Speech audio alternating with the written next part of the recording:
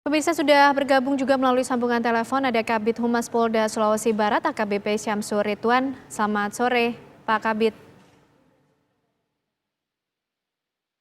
Halo. Assalamualaikum Pak Kabid Humas. Waalaikumsalam. Ya, Pak, Ya, sampai sejauh ini bagaimana upaya juga yang dilakukan oleh pihak kepolisian bersama dengan tim gabungan untuk membantu proses penanganan dari gempa di sana, Pak? ya hingga sore ini Mas, Mbak masih kita lakukan proses evakuasi di beberapa titik terutama di rumah masyarakat yang terdampak oleh gempa yang terjadi tadi malam pukul 02.00 di wilayah Mamuju, Majene dan sekitarnya. Lokasi mana saja, Pak, yang menjadi konsentrasi? Untuk kami di wilayah Mamuju saat ini kita ada beberapa tempat. Saat ini kami sudah ada di lokasi satu rumah warga di Jalan Menguncibi di Usaha Rapang yang di dalamnya terdapat 5 orang satu keluarga di dalam. Saat ini masih di dalam peruntuhan dan masih dalam proses evakuasi. Untuk data yang kami bisa update hingga pukul 14.00 di Rumah Sakit Bayangkara itu sudah ada 62 orang yang dirujuk di Rumah Sakit Bayangkara dan 8 orang dinyatakan telah meninggal dunia. Kami ingin mengkonfirmasi lagi, Pak, sekali lagi informasi terakhir yang sudah dihimpun juga dari pihak kepolisian untuk jumlah korban, baik itu yang meninggal dunia dan juga yang mengalami luka, seperti apa, Pak Kabid Humas? Untuk korban saat ini ada 2 tempat di rujuk. Yang pertama di Rumah Sakit Daerah, yang kedua di Rumah Sakit Bayangkara, Polda Sulawesi Barat.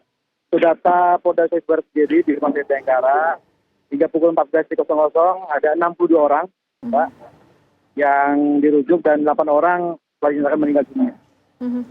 Dan sampai saat ini upaya pencarian dan juga evakuasi terhadap korban masih terus dilakukan, Pak Kabid Humas? Masih. Walaupun ini dalam guyuran lebat, masih terus kita lakukan untuk evakuasi para korban.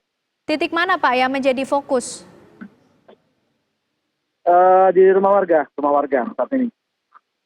Jadi ada beberapa rumah warga yang jadi korban itu menjadi fokus kami untuk menyelamatkan. Pertama yang sudah ada informasi ada penghuninya di dalamnya.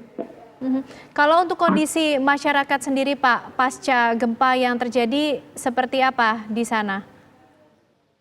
Untuk masyarakat saat ini rata-rata banyak mengungsi ke tempat-tempat yang tinggi, namun juga rata-rata juga masih ada yang masih bertahan di rumah, tapi sudah diinformasikan untuk tidak berada di dalam rumah, harus di luar rumah untuk mengantisipasi terjadinya gempa susulan. Sehingga masyarakat saat ini masih berada di luar rumah rata-rata. Sudahkah kemudian ada koordinasi yang dilakukan untuk bisa membantu warga mengungsi ke tempat yang lebih aman, lebih terpusat seperti itu, Pak?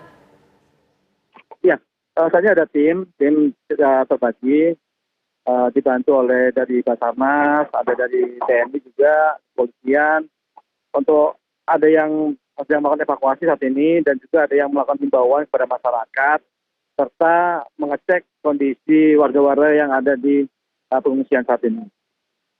Sudahkah ada rencana, Pak, untuk membangun atau menentukan titik-titik lokasi pengungsian ini di mana saja nantinya?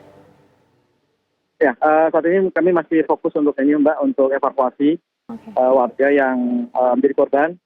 Setelah ini baru nanti segera kita akan melakukan koordinasi untuk bisa menempatkan tempat-tempat di mana saja yang layak untuk warga untuk mengungsi. Namun bedanya himbauan dari BMKG bahwa ada antisipasi terjadinya gempa susulan, diharapkan masyarakat tidak berada di bawah gedung atau di dalam rumah. Dan sudah ada tim juga, Pak, yang diterjunkan untuk bisa membantu mengarahkan masyarakat berada ke posisi yang lebih aman? Ya, dari Direktorat Bimas, Polda sudah melakukan himbauan kepada mereka.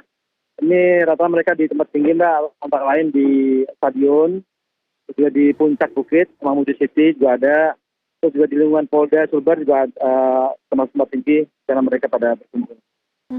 Dari pihak kepolisian sendiri, Pak, mungkin juga membuka pusat informasi bagi warga yang akan melaporkan apabila mereka merasa ada kehilangan kerabat atau keluarga ataupun juga melihat adanya korban dari adanya gempa ini? Ya, tentunya silakan datang ke Rumah Sakit Bayangkara untuk bisa mendatakan keluarga korban yang merasa kehilangan dan sebagainya. Kami buka posko di Rumah Sakit Bayangkara, Polda Sumatera. Kalau untuk pendistribusian bantuan sendiri Pak yang juga ini masih ditunggu oleh warga, seperti apa? Ya, baik, jadi karena kejadian baru tadi malam, Mbak, tadi pagi, sehingga kami masih, para masyarakat masih pada membawa barang-barang bawaan seperti makanan dan sebagainya. Mungkin diharapkan untuk besok mungkin bisa diterima distribusi untuk bantuan-bantuan. Oke, Pak Kabid Humas, lalu bagaimana Pak dengan akses jalan? Kalau tadi informasi dari rekan-rekan kami di wilayah Majene dan juga Mamuju ini ada akses jalan yang juga terputus dan mengakibatkan kesulitan untuk bisa mengerahkan alat-alat berat membantu proses evakuasi. Ya, untuk akses dari Makassar menuju ke Mamuju, di sekitar Majene, Mamuju, itu ada longsor mengakibatkan jalan terputus. Mungkin untuk hari ini tidak bisa digunakan, sehingga untuk yang mau ke Mamuju bisa menggunakan akses melalui Poloman, Mamasa, dan Mamuju. Jadi memutar. Sedangkan untuk akses dari Palu ke Mamuju masih bisa digunakan. Pak Kabid Humas, adakah kemudian hotline atau saluran khusus yang bisa digunakan oleh warga yang ingin mencari informasi mengenai keberadaan ataupun juga melaporkan kerabat mereka yang merasa kehilangan?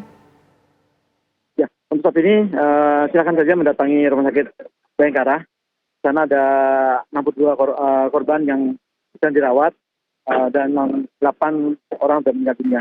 Jadi warga di Mamuju bisa langsung mendatangi Rumah Sakit Bayangkara saat ini.